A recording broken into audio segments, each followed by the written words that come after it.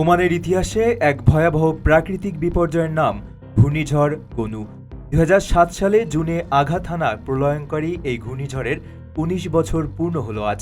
আরব উপদ্বীপের ইতিহাসে অন্যতম শক্তিশালী এই সামুদ্রিক ঝড় ওমানের বিস্তীর্ণ এলাকাকে মুহূর্তের মধ্যে লণ্ডভণ্ড করে দিয়েছিল। তীব্র ঝড়ো হাওয়া, প্রবল বৃষ্টিপাত এবং ভয়াবহ বন্যার তাণ্ডবে নিমিষেই বদলে গিয়েছিল দেশটির চিরচেনা রূপ, যার ক্ষত আজও ভুলতে পারেননি সেখানকার বসবাসকারী মানুষ। গনুর সেই ভয়াবহ দিনগুলোতে চরম বিপর্যস্ত হয়ে পড়েছিল ওমানের জনজীবন। টানা বিদ্যুৎহীনতা এবং তীব্র সুপেয় পানির সংকটে অবর্ণনীয় ভোগান্তিতে পড়েছিলেন লাখো মানুষ।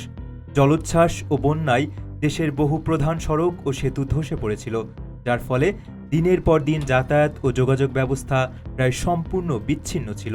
ওমানের মনোরম পার্ক, সমুদ্র সৈকত এবং জনপ্রিয় পর্যটন কেন্দ্রগুলো ঝড়ের তাণ্ডবে এতটাই ক্ষতিগ্রস্ত হয়েছিল যে দুর্যোগের পর সেগুলো একেবারেই অচেনা ও বিধ্বস্ত এক বিরান ভূমিতে পরিণত হয়।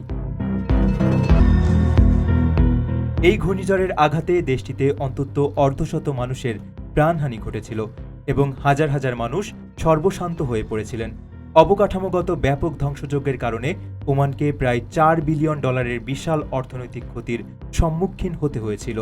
দীর্ঘ ১৯ বছর পেরিয়ে গেলেও গনুর সেই ভয়াল স্মৃতি, প্রকৃতির রুদ্ররোষ এবং বিদ্যুৎ পানিহীন সেই বন্দিদশা আজও ওমানের নাগরিক ও সেখানে বসবাসরত প্রবাসীদের মনে এক গভীর আতঙ্কের শিহরণ জাগায়।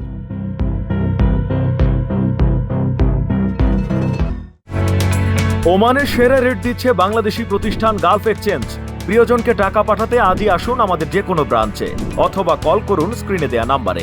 গালফ এক্সচেঞ্জ, বাংলাদেশিদের প্রিয় এক্সচেঞ্জ।